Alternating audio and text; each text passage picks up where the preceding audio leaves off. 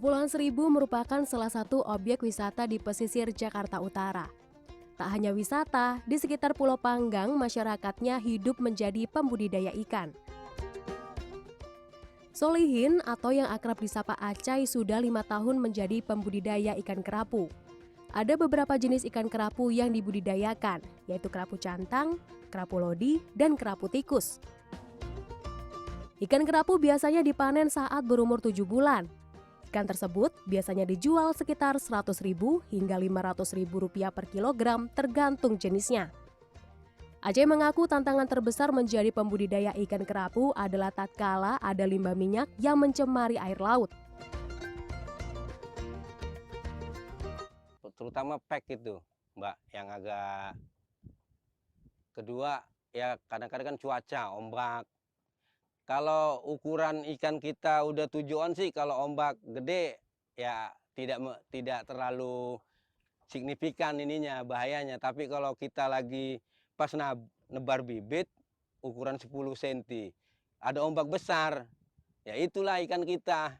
Kadang-kadang mati 10 sehari, bisa lebih dari itu karena kan faktor cuaca dia terlalu goyang gitu. Jadi dia harus agak tenang. Itu aja sih. Masih di sekitar Pulau Panggang, ada sistem pengolahan perairan air laut dangkal dari Pusat Kajian Sumber Daya Pesisir dan Lautan atau PKSPL IPB yang disebut sea farming. Tahun 2014, sea farming mencoba membudidayakan udang faname. Udang faname biasanya berhabitat di perairan air tawar. Udang faname dapat dipanen setelah 4 bulan. Udang tersebut bisa dijual dengan harga antara Rp120 hingga Rp130 per kilogram. Nah, kita melihat ini menjadi komoditi dan harapan baru masyarakat kira-kira di Pulau Seribu. Karena dengan waktu budidaya yang tidak terlalu lama, 4 bulan, mereka sudah bisa panen. Kemudian juga dengan harga yang juga tidak terlalu rendah, mereka bisa dapat keuntungan. Dan inilah saya kira motif kita untuk mengadaptasikan udang sebagai salah satu komoditas baru di kawasan sea farming kita. Menurut pengamat tata kota Yayat Supriyatna, agar budidaya ikan di Kepulauan Seribu maju, hasilnya tak hanya dijual mentah, namun sebaiknya diolah menjadi sebuah produk. Nah, kalau nangkap ikan langsung jual, harganya tidak seberapa. Tapi bagaimana tangkap, olah, pengolahan itu penting. Kerapu itu hanya sekedar menjual ikan mentahnya saja.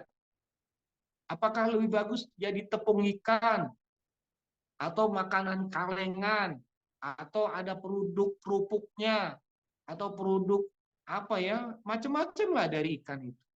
Supaya ada nilai tambah. Dan saya bilang di Jakarta, outlet atau pusat pertokoan perbelanjaan dari Pulau Seribu nggak ada.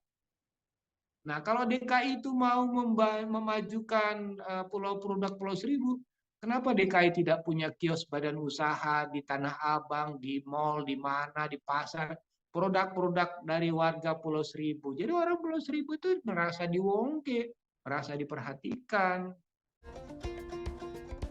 Pengelolaan budidaya ikan di perairan Kepulauan Seribu diharapkan dapat meningkatkan kesejahteraan dan perekonomian bagi masyarakat di sekitarnya.